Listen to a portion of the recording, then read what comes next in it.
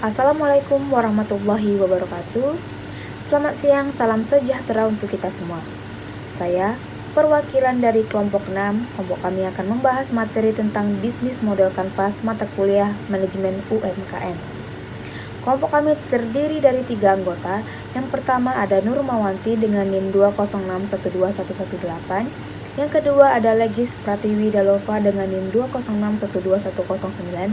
Dan yang terakhir ialah saya sendiri, Nur Elita Faizah dengan NIM 206121124. Bisnis model kanvas. Di dalam sebuah bisnis, apapun bentuknya, pasti ada beberapa orang yang mengoperasikannya agar kegiatan usaha terus berjalan.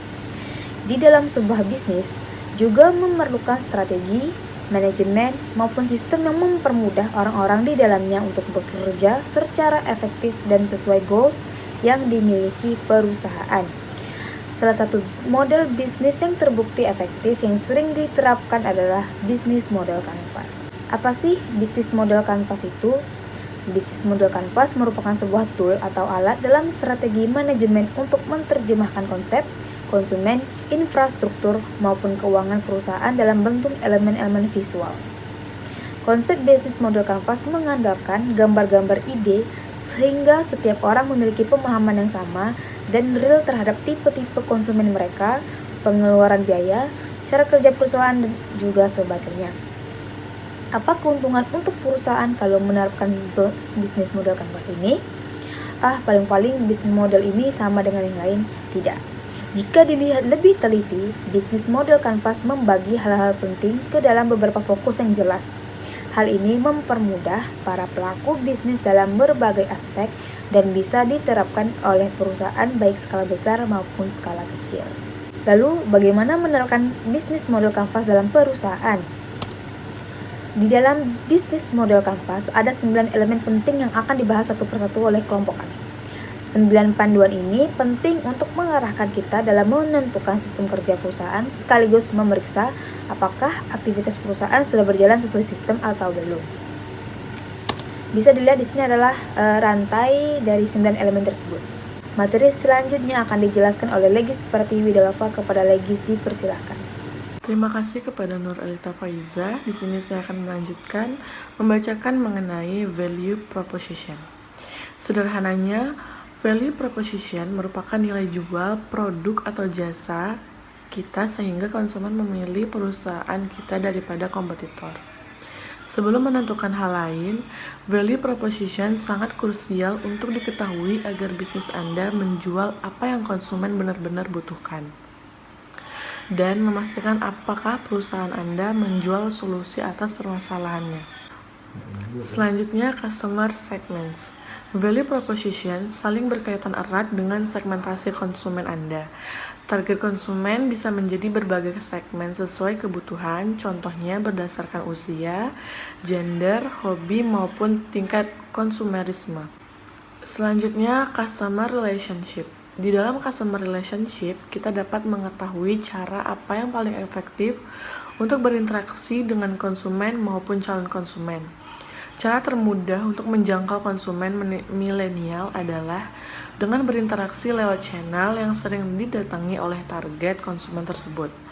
Berkomunikasi sesuai dengan bahasa mereka atau ala milenial misalnya, dan memberikan konten-konten yang relevan dengan intens mereka. Selanjutnya yaitu channels. Di bagian consumer relationship, kita sudah membahas cara pendekatan atau PDKT kepada konsumen kita sesuai dengan bahasa dan intens mereka. Kini saatnya kita benar-benar menemui dan berbicara kepada mereka. Bisa dikatakan channel merupakan tempat pertemuan kita dengan konsumen tersebut. Selanjutnya, key activities. Key activities merupakan aktivitas bisnis kita yang kita jalankan sehari-hari agar dapat mencapai value proposition.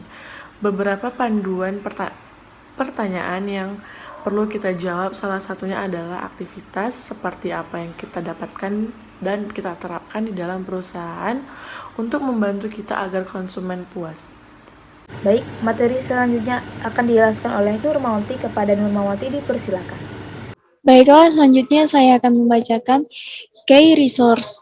Agar tetap kompetitif di dalam industri bisnis yang kita geluti, kita membutuhkan sumber daya yang tepat karena ini adalah aset yang kita miliki untuk mendukung aktivitas perusahaan. Beberapa contoh sederhana key resource adalah komputer, ruang kerja, karyawan, kendaraan listrik, dan lain sebagainya.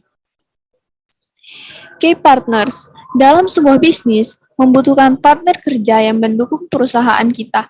Jika sampai saat ini kita belum menemukan keunikan dari produk atau jasa kita, dikarenakan kurangnya networking, kita membutuhkan partner kerja yang dapat membantu untuk mencapai value proposition. Cost struktur. Cost struktur merupakan skema finansial yang membiayai operasional perusahaan kita. Beberapa uang yang harus dikeluarkan untuk melaksanakan aktivitas perusahaan perharinya. Berapa biaya untuk sumber daya yang dipakai, berapa harga pemasaran produknya. Revenue stream. Setiap perusahaan membutuhkan aliran pendapatan untuk tetap bisa menjalankan aktivitasnya sehari-hari. Revenue stream merupakan sumber pendapatan perusahaan dari berbagai sumber, seperti hasil penjualan, dividen, dan sebagainya. Bisnis model canvas merupakan teknik yang efektif untuk diterapkan di dalam perusahaan karena dapat membantu memetakan bisnis secara terstruktur. Kita dapat menggunakan bisnis model ini untuk mewujudkan ide-ide kita menjadi hal yang konkret. Terima kasih. Baik, yang tadi ialah merupakan penjelasan dari rekan-rekan saya tentang 9 panduan elemen untuk menerapkan bisnis model canvas. Itu saja materi yang bisa kami sampaikan, terlebih dan kurang kami mohon maaf jika ada kesalahan, baik disengaja maupun tidak disengaja. Akhir kata saya ucapkan terima kasih. Assalamualaikum warahmatullahi wabarakatuh. Selamat siang.